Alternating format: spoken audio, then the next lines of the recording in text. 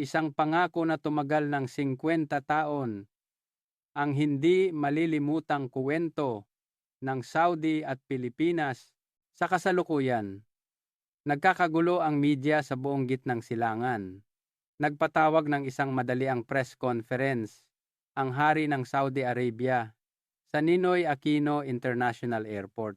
Sa bansang ito, nakumpirma ko kung gaano nakalaki ang puno na itinanim natin. 50 taon na ang nakalipas, sabi ng hari, na may luha sa kanyang mga mata. Maging ang kanyang mga kasama ay hindi makapagsalita sa tindi ng kanilang emosyon. Ano nga ba ang nangyari? Ang lahat ay nagsimula 4 na araw na ang nakalipas. 2:00 ng madaling araw, ang Royal Private Jet na patungong Tokyo ay biglang nagkaroon ng problema sa makina dahil wala nang ibang pagpipilian. Napilitan itong mag-emergency landing sa Ninoy Aquino International Airport sa Pilipinas, ngunit pagsapit ng 3:00 ng madaling araw, isang mas malaking krisis ang dumating. Ang punong tagapayo ng hari ay biglang inatake sa puso sa loob ng cabin. 5 minuto na lang ang natitira sa golden window para mailigtas siya sa isang dayuhang lupain, sa isang sangang daan ng buhay at kamatayan. Ang mga sumunod na pangyayari ay habambuhay na mag-iiwan ng marka sa hari at sa kanyang mga kasama. Mula ngayon, ako mismo ang magkukuwento sa inyo ng hindi kapanipaniwalang 72 oras na iyon. Bago magsimula ang video, ang inyong subscription at like ay malaking tulong sa amin. Magandang araw sa lahat. Ako si Rashid Al Faisal, ang hepe ng Royal Guard ng Saudi Arabia. 30 taon na akong naglilingkod sa kanyang kamahalan. Sa mga taon na iyon, hindi lang gitnang silangan ang aming nilakbay, kundi pati na rin ang Europa, Amerika at Asya. Kahit saan man kami magpunta bilang Royal Guard, palaging may kaba. Pero wala ni isang pagkakataon ang tumumbas sa gabing iyon. Isang gabi na nagpamukhang walang saysay sa 30 taon kong karanasan. Oktubre, Timsi, 2025. 11:00 ng gabi, umalis kami mula sa King Khalid International Airport sa Riyadh. Isa itong opisyal na pagbisita kasama ang kanyang kamahalan, ang kanyang mga tagapayo at 12 miyembro ng security team, kabilang ako. Ang aming destinasyon ay Tokyo, Japan. Inimbitahan ang hari na dumalo sa G20 Summit at nakatakdang magbigay ng keynote speech bilang kinatawan ng mga bansa sa gitnang silangan. Naging maayos ang biyahe. Tinawid namin ang Persian Gulf, dumaan sa ibabaw ng Pakistan at pumasok sa airspace ng silangang Asya. Binabasa ng hari ang kanyang talumpati. Inaayos ng mga tagapayo ang mga dokumento para sa kumperensya at ako naman ay nasa huling pagsusuri ng security plan para sa Tokyo. Bandang 1:30 ng madaling araw, biglang nagsimulang yumanig ng malakas ang eroplano. Akala namin ay turbulence lang, ngunit binuksan ng kapitan ang intercom. Iba ang kanyang boses. Sinabi niyang may nakitang matinding overheating sa kaliwang makina at kailangan naming lumapag agad sa pinakamalapit na paliparan. Agad akong tumakbo sa cockpit. Nakalatag ang mapa sa harap ng co-pilot. Ang pinakamalapit na international airport ay ang Ninoy Aquino International Airport sa Pilipinas, sabi niya. Aabutin lang ng 40 minuto para makarating doon. 2.5 oras pa bago makarating sa Tokyo. At mas matagal kung babalik sa Hong Kong o lilipat sa ibang destinasyon. Wala kaming pagpipilian. Nang iulat ko ang sitwasyon sa hari, naging seryoso ang kanyang mukha. Isang tagapayo ang hindi maitago ang pagkainis. Sa Pilipinas, sa maliit na islang iyon tayo lalapag. Sa totoo lang, nag-alala rin ako. Marahil ay hindi ito isang lugar na lubos na nakauunawa sa protokol at respeto na nararapat sa Saudi royal family. Nag-ulat ng emergency ang kapitan sa control tower ng NAIA at dito nagsimula ang mga sorpresa. Ang boses mula sa tower ay nagsasalita sa perpektong Arabic. Hindi lang matatas, kundi may kasama pang accent ng Riyadh. Kahit saan sa Europa, Ingles ang gamit, pero sa isang paliparan sa Asia, Arabic ang narinig namin. Agad na simulan ang emergency landing procedure, ang runway ay handa na. Tiniyak na rin namin na naka-standby ang medical teams at fire trucks, mahinahong sabi ng air traffic controller. Sa loob lamang ng 40 minuto, sinabi nilang handa na ang lahat. Ang paglapag ay napakakinis. Hindi mo aakalaing may problema sa isang makina. Sa magkabilang gilid ng runway, 5 fire truck at 3 ambulansya ang nakaantay. Sa kabutihang palad, walang sunog o anumang insidente. Nang bumukas ang pinto ng eroplano, 2:15 ng madaling araw, isang nakakagulat na tanawin ang sumalubong sa amin. 20 tauhan na nakasuot ng malinis na suit ang nakahanay. Lahat sila ay magalang na yumuko at bumati sa paraang Arabo. Ang lalaking nasa unahan na mukhang nasa edad 40 ay matatas na nagpakilala sa Arabic. Siya raw si Ginoong Jose Reyes, ang pinuno ng NAIA Special Dignitary Services. Nagsilbi raw siya bilang isang executive sa isang malaking kumpanya sa Riyadh sa loob ng 10 taon. Napaka-perpekto ng kanyang pananalita. Inakala kong lumaki siya sa gitnang silangan. Sinabi ni Ginoong Reyes na isang special na VIP lounge ang inihanda para sa kanyang kamahalan, kumpleto sa halal na pagkain at isang prayer room. Maging ang wheelchair na inalok sa hari ay may nakaukit na sagisag ng royal family ng Saudi. Paano nila nagawa ang lahat ng paghahandang ito sa loob lamang ng 40 minuto? Hindi ko lubos maisip. Ang mas nakakagulat ay ang mga sumunod.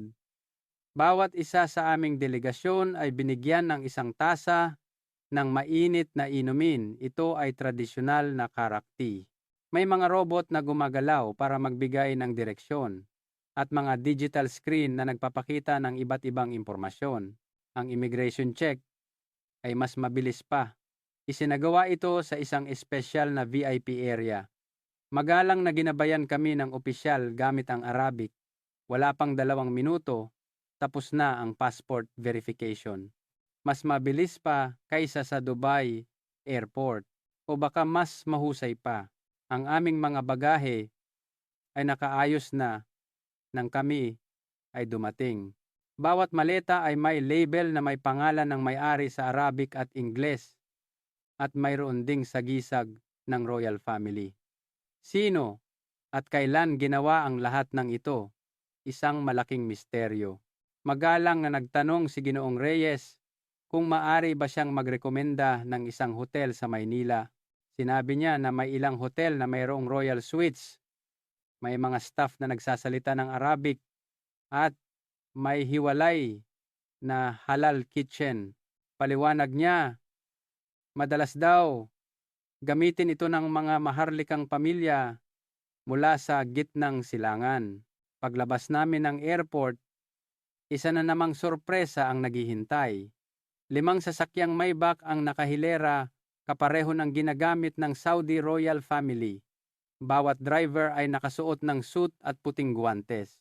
Sa loob ng sasakyan, may nakahandang mineral water at mga details. Pabulong na sinabi sa akin ng hari, ang lugar na ito ay mas handa kaysa sa inaakala natin. Tumango ako. Kahit na ito ay isang kapuspalad na emergency landing, ang protocol para sa royal family ay hindi nagkulang, bagkus ay lumampas pa sa aming inaasahan. Nagsimulang umandar ang mga sasakyan. Kahit mag-aalas 3 na ng madaling araw, may mga sasakyan pa rin sa expressway. Habang tinitingnan ko ang mga ilaw ng Maynila sa labas, doon ko napagtanto kung gaano kami kaignorante tungkol sa Pilipinas. Pagpasok namin sa Skyway, ang tanawin sa labas ay nagpahanga sa lahat. Mga nagtataas ang gusali, maayos na mga kalsada, at walang tigil na daloy ng sasakyan. Mag-aalas 3 na ng umaga, ngunit gising na gising pa rin ang lungsod. Nakatingin ang hari sa bintana nang bigla siyang nagsabi, "Huminto!" Nagulat ang driver at dahan-dahang nagpreno. May nakita siyang isang malaking signboard sa isang construction site sa gilid ng daan.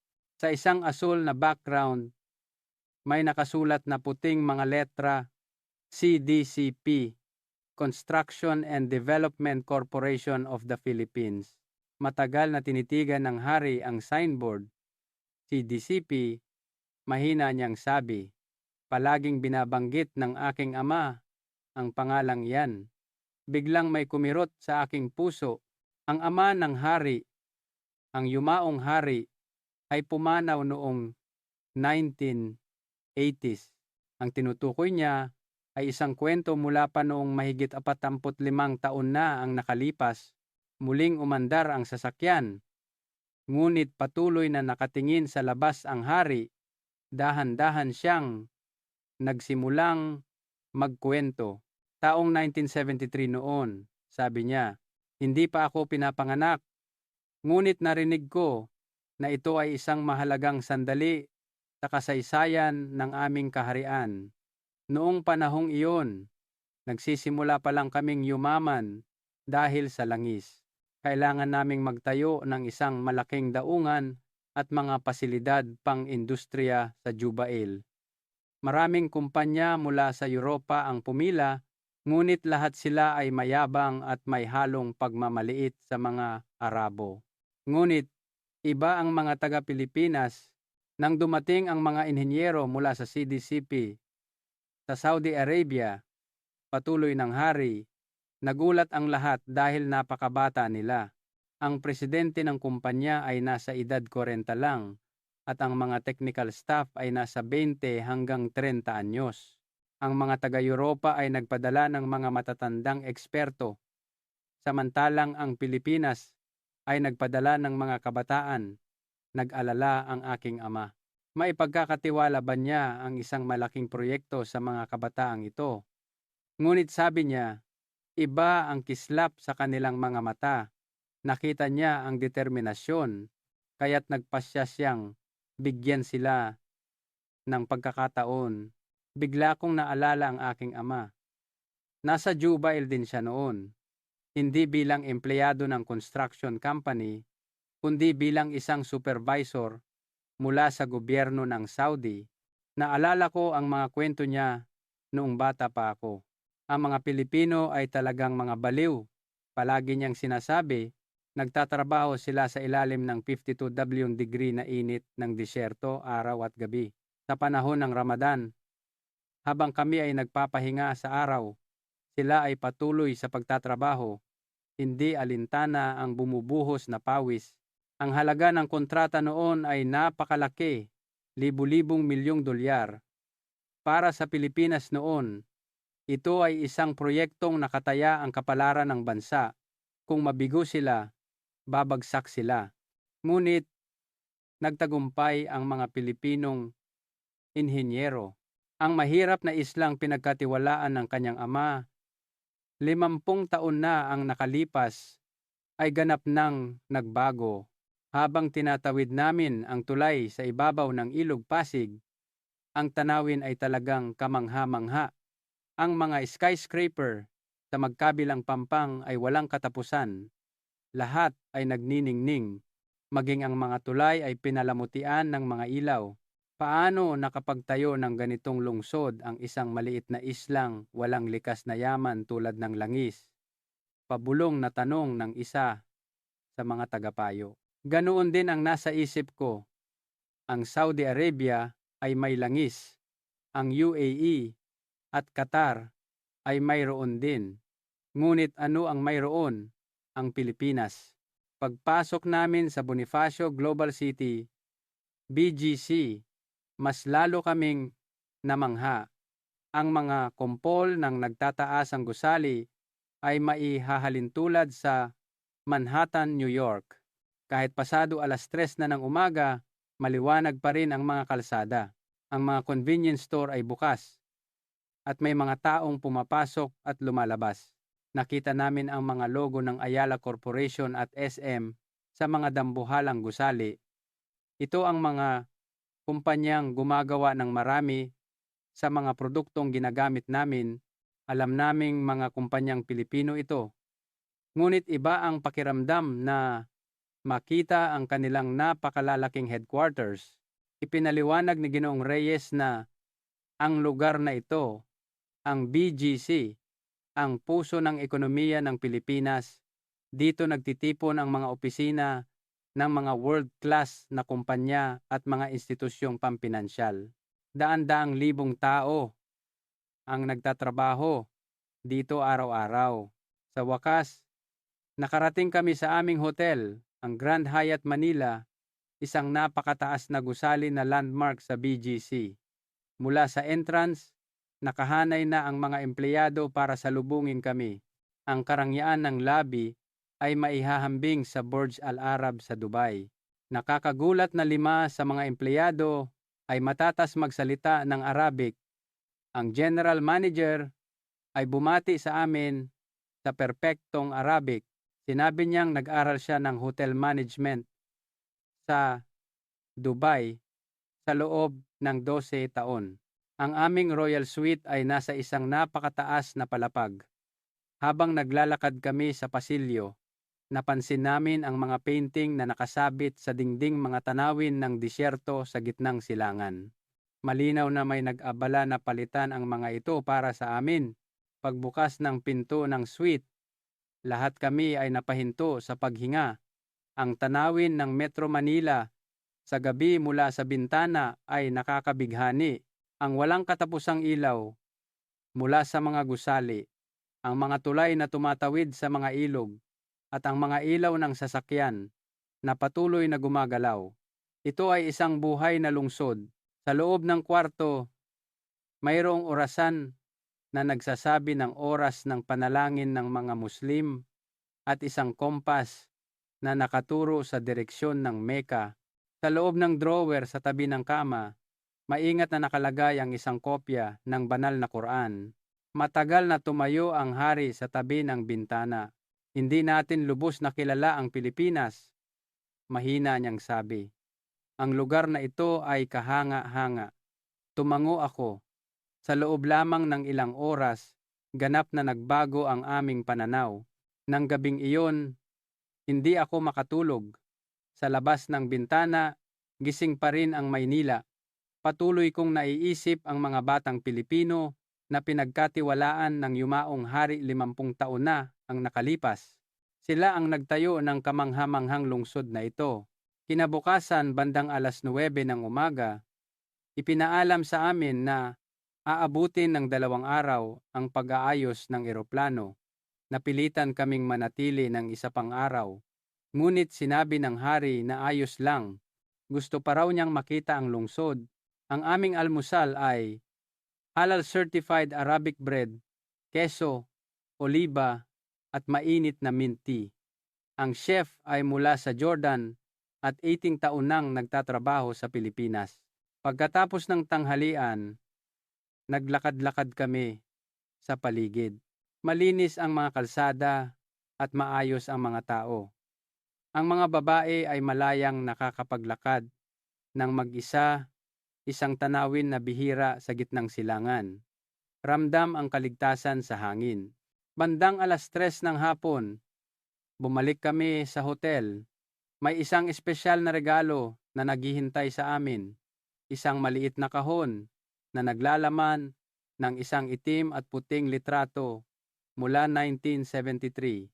Ito ay larawan ng yumaong hari habang binibisita ang construction site ng CDCP sa Jubail. Sa tabi niya ay nakatayo ang mga batang inhinyerong Pilipino. Ipinaliwanag ng General Manager na ito ay mula sa Saudi Embassy sa Maynila bilang paggunita sa 50 taon ng pagkakaibigan ng dalawang bansa. Matagal na tinitigan ng hari ang litrato. Hindi siya nagsalita, ngunit sapat na ang kanyang mga mata para sabihin ang lahat. Alas 6 ng gabi, naghapunan kami sa Arabic restaurant ng hotel. Ang chef, isang Syrian na 15 taon nang naninirahan sa Pilipinas, ay personal na lumapit sa amin. Sinabi niyang ligtas manirahan sa Pilipinas at dito na nag-aaral ang kanyang mga anak. Habang kumakain, biglang nagtanong ang hari, "Rashid, sinabi mo na ang iyong ama ay nasa Jubail din, hindi ba?" "Opo, kamahalan," sagot ko. Isa siyang supervisor ng gobyerno at nakatrabaho niya ang mga inhinyerong Pilipino. "Ano ang sinasabi niya tungkol sa kanila?" tanong ng hari. "Palagi niyang sinasabi na iba ang mga Pilipino," sagot ko. "Hindi sila nagrereklamo, hindi sumusuko, at tumutupad sa kanilang pangako." Tumango ang hari. Iyon ang nagtayo sa lugar na ito. Isang kultura ng pagtupad sa pangako. Ang mga salitang iyon ay tumatak sa aking puso. Ang isang pangako, 20 taon na ang nakalipas ang nagbunga sa lungsod na nakikita namin ngayon. Pagkatapos ng hapunan, nagpulong ang hari at ang kanyang mga tagapayo. Alas 9 ng gabi, bumalik na ang lahat sa kani-kanilang kwarto. Naligo ako at nanood ng balita. Isang international channel na may Arabic subtitles. Mga balita tungkol sa medical technology, semiconductor industry, at kultura ng Pilipinas. Mula sa bintana, napakaganda pa rin ng Maynila. Naalala ko ang aking ama na pumanaw 10 taon na ang nakalipas. Sana ay nakikita niya ito. Ang mahirap na islang pinuntahan niya noon ay naging ganito na. Ang mga kabataang nakatrabaho niya ang nagtayo ng lungsod na ito. Alas 11 ng gabi, tahimik na ang hotel. Inaayos ko sa aking isip ang schedule para bukas. Alas 10 ng umaga, aalis patungong airport. Darating sa Tokyo ng tanghali. Lahat ay tila ayon sa plano. Pagod na ako. Ang tensyon mula sa emergency landing at ang pagod sa buong araw ay bumabalot sa akin. Dahan-dahan kong ipinikit ang aking mga mata. Ang huli kong nakita ay ang mga ilaw ng Maynila. Napakapayapa, ngunit hindi ko alam na sa loob lamang ng 4 na oras, ang kapayapaang iyon ay madudurog at ang sandaling iyon ay magbabago sa aming lahat at magbibigay ng bagong kahulugan kung ano ang Pilipinas para sa amin. Alas 11:30, mahimbing na akong natutulog sa aking panaginip. Kasama ko ang aking ama sa disyerto. Pinapanood ang mga batang inhinyerong Pilipino na nagtatrabaho. Ipinatong niya ang kanyang kamay sa aking balikat at sinabing, "Tandaan mo ang mga taong ito. Isang araw, babaguhin nila ang mundo." Alas 3:02 ng madaling araw, tumunog ang aking telepono. Isang sigaw ang narinig ko. Dito nagsimula ang pinakakritikal na sandali sa 30 taon kong paninilbihan. "Hepe Rashid," nanginginig ang boses sa kabilang linya, ang kanyang kamahalan. "Bilisan mo! Si Ginoong Abdullah, ang tagapayo." Wala na akong oras para magbihis. Nakapaa at nakapajama, nagmadali akong lumabas ng kwarto. Si Ginoong Abdullah, 72 namang taong gulang, ang pinakamatandang tagapayo ng hari. Naglilingkod na siya sa royal family mula pa sa panahon ng yumaong hari. Patakbo kong tinahak ang pasilyo. Bukas ang pinto ng kwarto ng tagapayo. Sa loob, naroon ang isang eksenang nagpahinto sa aking paghinga. Nakahandusay si Ginoong Abdullah sa sahig, maputla, at basang-basa ng malamig na pawis. Mahigpit niyang hawak ang kanyang dibdib. Nandoon na ang doktor ng royal family, ngunit bakas sa kanyang mukha ang pag-aalala. "Mukhang acute myocardial infarction," sabi ng doktor. "Kailangan siyang dalhin agad sa ospital." Paubos na ang oras. Dumating ang hari, nakapajama rin. Nagtipon ang lahat. Nakatawag na ba kayo sa Royal Hospital sa Riyadh? Tanong ng isang tagapayo. Umiling ang doktor. Nasa Pilipinas tayo. 9 oras ang biyahe papuntang Riyadh. Kailangan natin siyang dalhin sa isang ospital dito, ngayon din. Biglang tumahimik ang lahat. Isang ospital sa Pilipinas, hindi namin alam ang sistema ng kalusugan dito. Mapagkakatiwalaan ba ito? Kung may mangyaring masama, sino ang mananagot? Ang sakit, ungol ni Ginoong Abdullah. Nagsisimula nang mangitim ang kanyang mga labi. Wala nang oras para mag-atubili. Tawagan ang front desk. Sigaw ko sa isang katulong. Tumawag ka ng ambulansya ngayon na. Nanginginig na idinayal ng katulong ang numero. Emergency. Inatake sa puso ang isang bisita. Sabi niya sa Arabic. Nakakagulat. Ang sagot mula sa kabilang linya ay sa matatas na Arabic din. Naiintindihan po. Papunta na ang aming in-house emergency medical team. Tinawagan na rin namin ang St. Luke's Medical Center. Darating sila sa loob ng 3 minuto. In-house medical team? Hindi ako makapaniwala, pero wala kaming magawa kundi maghintay. Eksaktong 2 minuto at 47 segundo, bumukas ang pinto. 4 na paramedic ang pumasok na may dalang kumpletong kagamitan. Isang babae na mukhang leader ng grupo ang lumuhod sa tabi ni Ginoong Abdullah. Ginoong Abdullah, naririnig niyo po ba ako? Tanong niya sa perpektong Arabic. Mabilis at tumpak ang kanyang mga kilos. Kinuha niya ang blood pressure, naglagay ng ECG pad sa dibdib, irregular heartbeat, bumabagsak ang BP, sabi niya sa kanyang mga kasama. Nagkabit sila ng oxygen mask at sinimulan ang IV line. Wala pang 1 minuto, tapos na ang lahat. May kinuha siyang tablet at may tinawagan. Ilang sandali, lumitaw sa screen ang isang lalaki na nakasuot ng puting coat. Ako si Dr. Miguel Santos mula sa Emergency Medicine Department ng St. Luke's Medical Center. Sabi niya sa matatas na Ingles. Nakikita ko ang live feed ng ECG ng pasyente. Ito ay isang malinaw na kaso ng acute myocardial infarction. 5 minuto na lang ang natitira sa golden window. Kailangan niyo siyang dalhin dito ngayon din. Tumingin ako sa hari. Nakatitig siya sa doktor sa screen. Dahan-dahan siyang tumango. Sige, nakita natin kung paano nila tayo tratuhin kahapon. Magtiwala tayo sa kanila. Mabilis na isinakay si Ginoong Abdullah sa isang stretcher. Naghihintay na ang elevator. Walang hinto. Diretso sa ground floor. Pagdating sa lobby, isang modernong ambulansya na ang nakaantay. Umaandar na ang makina. Sumama ako sa ambulansya. Sa loob, para itong isang maliit na ICU. Habang umaandar ang ambulansya, isa na namang himala ang nangyari. Ang lahat ng traffic light sa aming daraanan ay nagiging berde. Ito ang aming green wave system, paliwanag ng driver. Sinusubaybayan nito ang lokasyon ng mga ambulansya at automatikong inaayos ang mga traffic lights. Lahat ng sasakyan sa daan ay tumabi. Walang busina, walang pagkainis. Natural na nagbigay daan ang lahat. Sa loob ng ambulansya, patuloy ang paggamot. Sumusunod ang babaeng paramedic sa mga utos ni Dr. Santos sa tablet.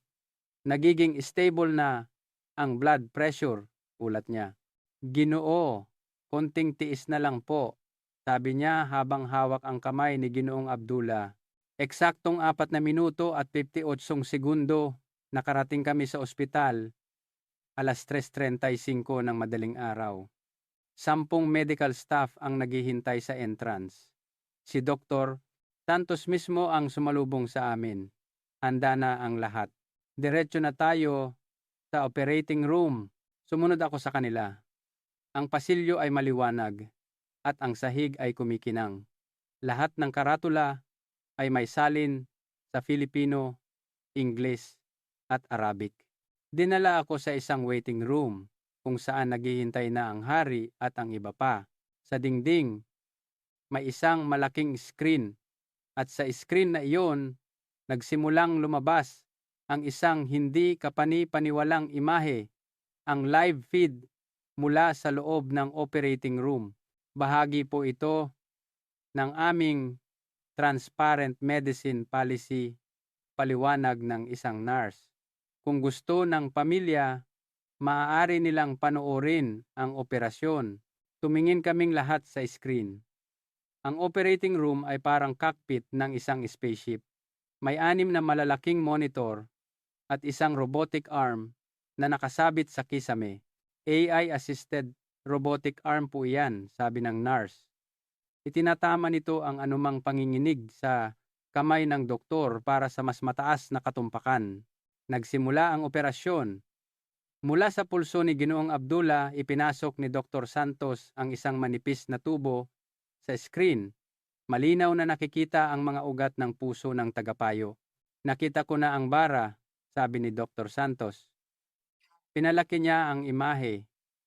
Isang ugat ang halos 90% ng sarado.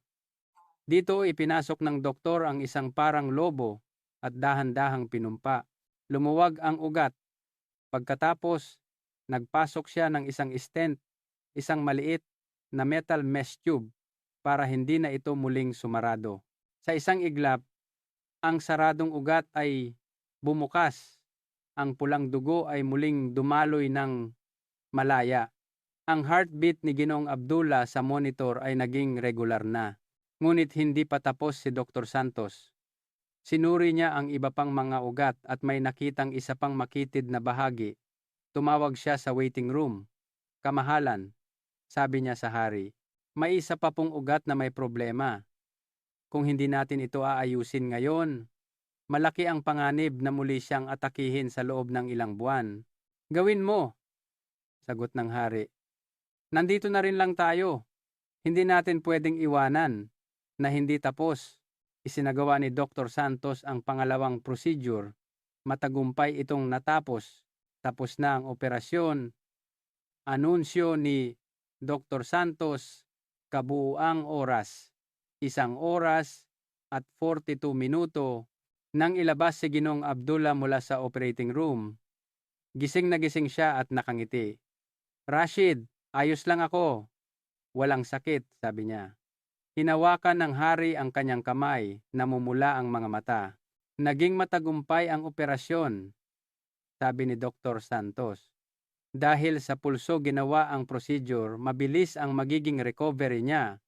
Sa loob ng 6 na oras, makakalakad na siya. Sa loob ng 2 araw, pwede na siyang lumabas. 2 araw? Sa Saudi, aabuti ng 1 linggo bago makalabas sa ospital para sa ganitong operasyon. Dinala si Ginoong Abdullah sa isang recovery room na parang hotel suite.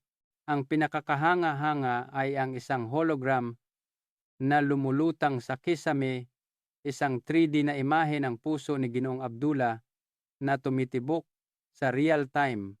Minomonitor po iyan ng AI 24,007, paliwanag ng isang nurse na matatas mag-Arabic. Kung may anumang abnormalidad, aalertuhan ang medical staff sa loob ng 0.1 segundo. Bandang 5:00 ng umaga, lumabas ako sa pasilyo. Sumisikat na ang araw sa Maynila. Lumapit sa akin ang isang staff ng ospital na may dalang dokumento. Ito po ang bill para sa operasyon. Kinakabahan kong tiningnan ang halaga.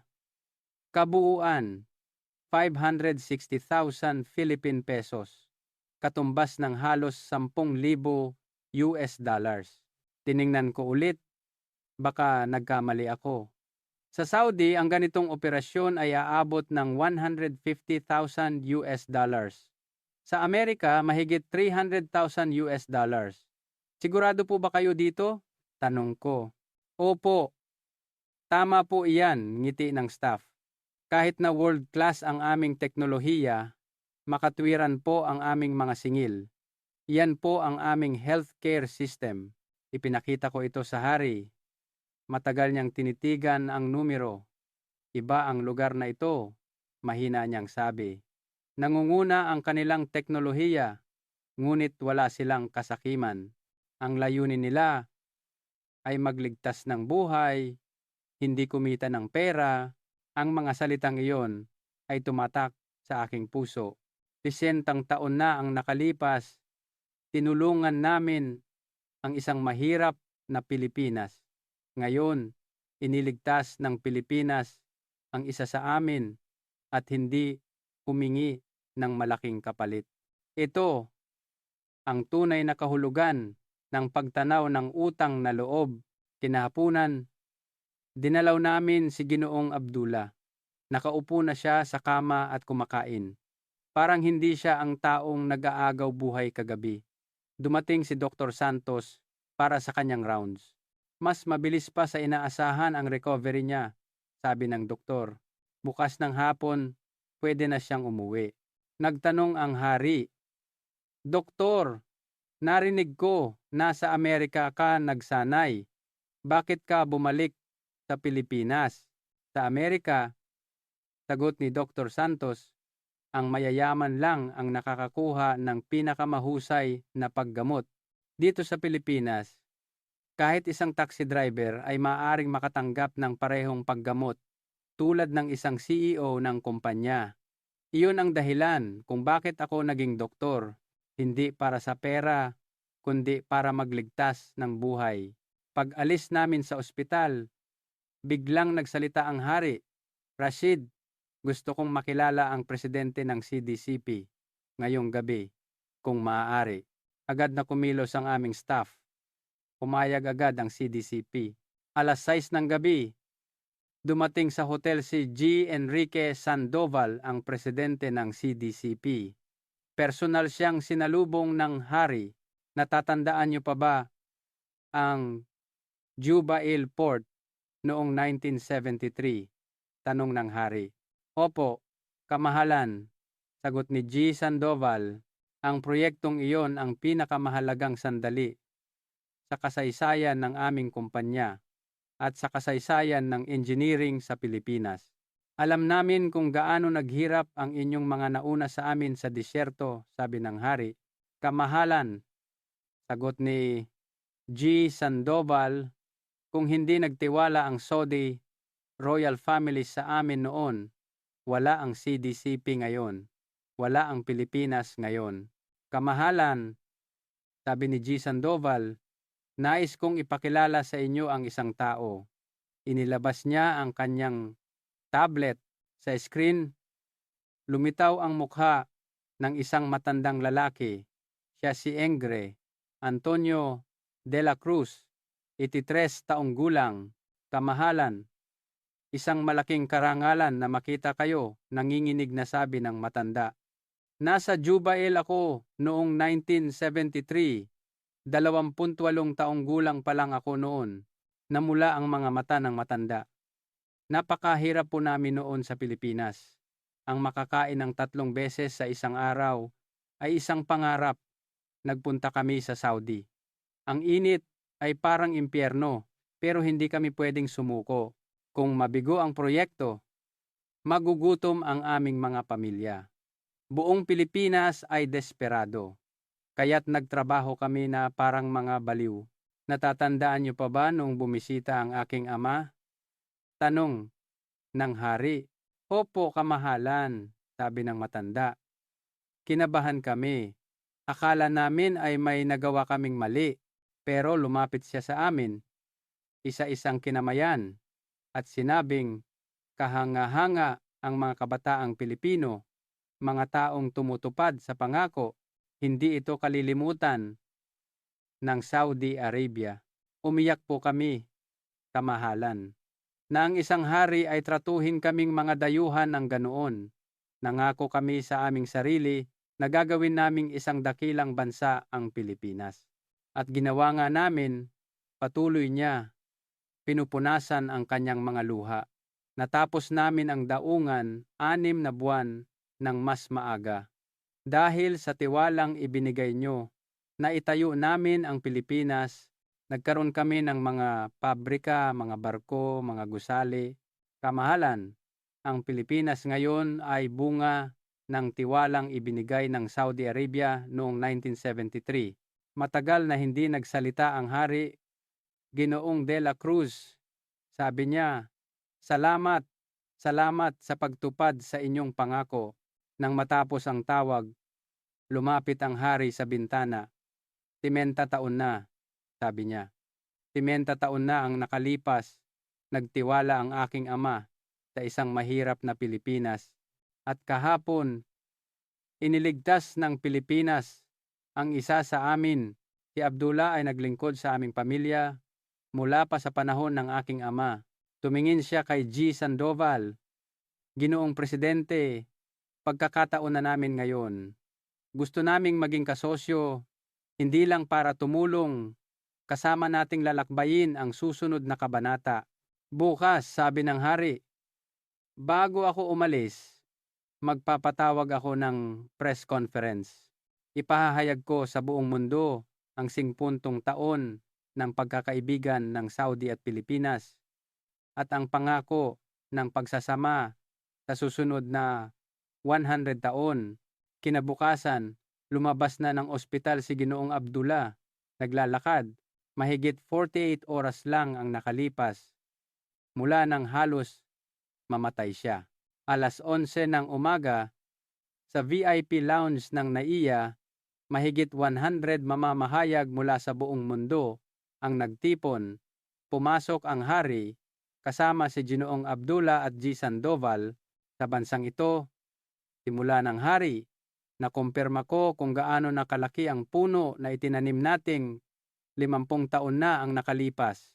Ang tiwalang iyon ang nagtayo sa Pilipinas ngayon, at ang Pilipinas na iyon ang nagligtas sa buhay ng isa sa amin." Itinaas ng hari ang 3 dokumento. "Ngayon, ipinapahayag ko ang 3 bagay. Una, ang Saudi Arabia at Pilipinas ay pipirma ng isang 20 bilyong dolyar na kasunduan para sa medical technology cooperation. Pangalawa, ipagkakatiwala namin ang isang pangunahing smart city district sa aming NEOM project sa mga kumpanyang Pilipino. At pangatlo, ilulunsad namin ang Vision 2050 project na magpapadala ng 10,000 kabataang Saudi sa Pilipinas para mag-aral. Ang Pilipinas ay aming kapatid." Pagtatapos ng hari, ang kasosyong pinagkatiwalaan namin, 50 taon na ang nakalipas ay nagligtas sa amin ngayon. Sa susunod na 100 taon, maglalakbay kami ng magkasama. 6 na buwan ang lumipas. Naging katotohanan ang mga pagbabago. Ang Royal Hospital sa Riyadh ay nag-adapt ng emergency system ng St. Luke's at bumaba ng 35% ang mortality rate sa unang taon. Dumating ang mga kumpanyang Pilipino sa NEOM. Libu-libong kabataang Saudi ang nagsimulang mag-aral sa Maynila. 1 taon ang nakalipas, bumisita si Dr. Miguel Santos sa Riyadh para magturo sa mga doktor na Saudi. Sinalubong ko siya sa airport. "Doktor, natatandaan niyo pa ba ang gabing iyon?" tanong ko. Ngumiti siya. "Siyempre, ang gabing iyon ang nagpabago sa relasyon ng 2 bansa." "Hindi po," sabi ko. "Nagsimula ito 50 taon na ang nakalipas. Isang tiwala na hindi nabuo sa isang gabi, kundi binuo sa loob ng 50 taon. Ngayon, sa pader ng opisina ng kanyang kamahalan, 2 litrato ang nakasabit. Isang itim at puting larawan ng disyerto ng Jubail noong 1973 at isang larawan ng skyline ng Maynila sa gabi noong 2025. Sa ilalim nito, may nakasulat, "Ang tiwala ay naipapasa sa bawat henerasyon." Ikinararangal kong ibahagi sa inyo ang kwentong ito. Ang butong itinanim namin 50 taon na ang nakalipas ay nagligtas sa amin ngayon, at sa susunod na 100 taon, ang punong iyon ay lalo pang lalago at yayabong. Kung naantig kayo sa kwentong ito, mangyaring mag-subscribe at mag-like. Nais naming patuloy na ibahagi ang mga tunay na kwentong tulad nito.